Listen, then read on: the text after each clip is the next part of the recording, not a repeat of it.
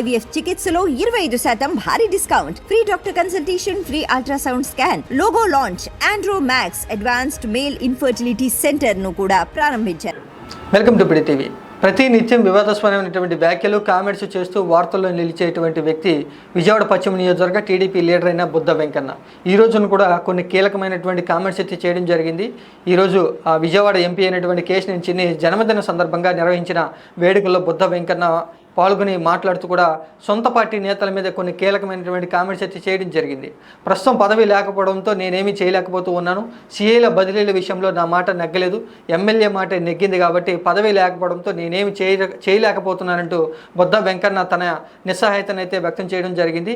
ఈ సందర్భంగానే కొన్ని కామెంట్స్ కూడా చేయడం జరిగింది. పదవి పవర్ లేకపోవడంతో ఏది కూడా మన చేతుల్లో ఉండదు, నేనే ఇతర వ్యక్తుల మీద ఆధారపడుతూ ఉన్నాను కాబట్టి పదవి పవర్ ఉంటేనే అన్ని పనులు జరుగుతాయి అనేటువంటి విషయాన్ని నేను ఇప్పుడే గ్రహించాను.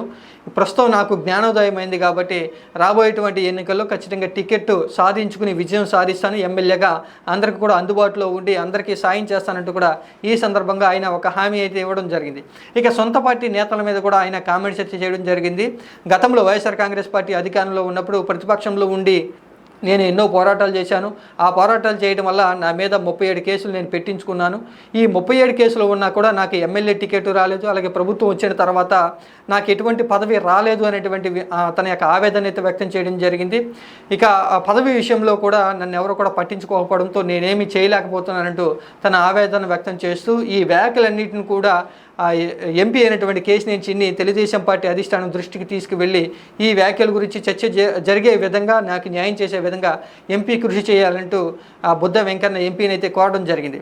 ఇక 2024 ఎన్నికల్లో ఎలాగో టికెట్ దక్కించుకోలేకపోయాను, రాబోయేటువంటి 29 ఎన్నికల్లో ఖచ్చితంగా ఎమ్మెల్యే టికెట్ దక్కించుకుని ఎలాగైనా పోరాటం చేసి టికెట్ దక్కించుకుని విజయం సాధిస్తానంటూ కూడా ఆయన ధీమానైతే వ్యక్తం చేయడం జరిగింది.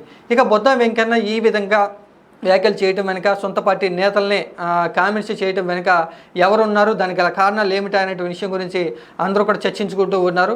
2024 ఎన్నికల్లో టికెట్ కోసం ఇప్పటి నుంచే పోరాటం చేస్తాను అంటూ ఆయన చెప్పడం వెనుక 2024 ఎన్నికల టికెట్ కోసం ఇప్పటి నుంచే బుద్ధ వెంకన్న తన యొక్క ప్రయత్నాలు ప్రారంభిస్తున్నారు అనేటువంటి విషయం స్పష్టంగా తెలుస్తుంది. ఇక విజయవాడ పశ్చిమ నియోజకవర్గ ఎమ్మెల్యే బీజేపీ పార్టీ చెందినటువంటి వ్యక్తి సుజనా చౌదరి. అయితే పొత్తులో భాగంగా 3 పార్టీలు కలిసి ఉన్నాయి. తెలుగుదేశం పార్టీ, బీజేపీ పార్టీలు మిత్రపక్షంగా 2 పార్టీలు కూడా పొత్తులో భాగంగా కలిసి అయితే ఉన్నాయి. ఇక్కడ తెలిసినటువంటి వ్యక్తి మిత్రపక్షంలో ఉన్నటువంటి పార్టీ చెందిన బీజేపీ పార్టీ ఎమ్మెల్యే అయిన సుజనా చౌదరితో బుద్ధ వెంకన్నకు విభేదాలు తలెత్తాయి అనేటువంటి విషయం కూడా బుద్ధ వెంకన్న వ్యాఖ్యల ద్వారా అయితే స్పష్టంగా తెలుస్తుంది. సీఏల బదిలీల విషయంలో నా మాట నెగ్గలేదు, ఎమ్మెల్యే మాట నెగ్గింది అనేటువంటి వ్యాఖ్యల వెనుక ఖచ్చితంగా సీఏల బదిలీల విషయంలో బుద్ధ వెంకన్న ఏమాత్రం కూడా సుజనా చౌదరి లెక్కలోకి తీసుకోలేదు అనేటువంటి విషయం స్పష్టంగా తెలుస్తూ ఉంది. ఇంకా పదవి లేకపోవడంతో నేనేమి చేయలేకపోతున్నాను అంటే ఎమ్మెల్యే ప్రస్తుతం విజయవాడ పశ్చిమ నియోజకవర్గంలో బుద్ధ వెంకన్నకు ఏమాత్రం కూడా ప్రాధాన్యత ఇవ్వట్లేదు అనేటువంటి విషయం కూడా స్పష్టంగా తెలుస్తుంది. తెలుగుదేశం పార్టీ నేతలు కూడా ఈ విధంగానే చర్చించుకుంటూ ఉన్నారు.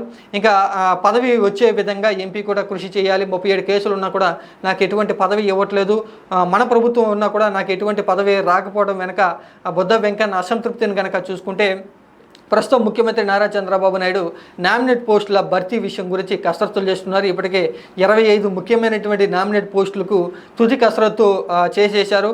ఇక ప్రకటన చేయడమే ఆలస్యం అనేటువంటి వార్తలు వస్తున్న నేపథ్యంలో ఎమ్మెల్యే టికెట్ ఎలాగో దక్కించుకోలేదు కాబట్టి నామినేట్ పోస్టును దక్కించుకునేందుకే బుద్ధ వెంకన్న ఈ విధంగా వ్యాఖ్యలు చేశారు. గతంలో నారా లోకేష్ ఎవరి మీద అయితే ఎక్కువ కేసులు ఉంటాయో వారికే నామినేట్ పోస్టులు ఇస్తానంటూ ఒక హామీ ఇవ్వడంతో బుద్ధ వెంకన్న తన మీద 37 కేసులు ఉన్నాయని తెలుగుదేశం పార్టీ అధిష్టానం దృష్టికి తీసుకొస్తున్నారు. కాబట్టి నామినేట్ పోస్టు కోసం ఖచ్చితంగా బుద్ధ వెంకన్న ఇప్పటి నుంచే ప్రయత్నాలు చేస్తున్నట్లుగా తెలుస్తుంది. అలాగే ఎంపీ కేశినేని చిన్ని కూడా ఈ విషయాల గురించి తెలుగుదేశం పార్టీ అధిష్టానంతో చర్చించాలి అంటూ కోరడం వెనుక చిన్ని ద్వారా నామినేట్ పోస్టు కోసం బుద్ధ వెంకన్న తన యొక్క ప్రయత్నాలను, తన యొక్క లాబింగ్ చేస్తున్నారు అనేటువంటి విషయం గురించి కూడా స్పష్టంగా తెలుస్తుంది. ప్రస్తుతం బుద్ధ వెంకన్న సొంత పార్టీ నేతల మీద, అలాగే ప్రభుత్వం వచ్చిన తర్వాత కూడా నాకు నియోజకవర్గంలో తగిన ప్రాధాన్యత లేదు అనేటువంటి విషయాన్ని బయట పెట్టడంతో ఇప్పటి నుంచే కూటమిలో ఉన్నటువంటి తెలుగుదేశం, బీజేపీ పార్టీల మధ్య విభేదాలు తలెత్తుతున్నాయా అనేటువంటి విషయం అయితే స్పష్టంగా తెలుస్తుంది.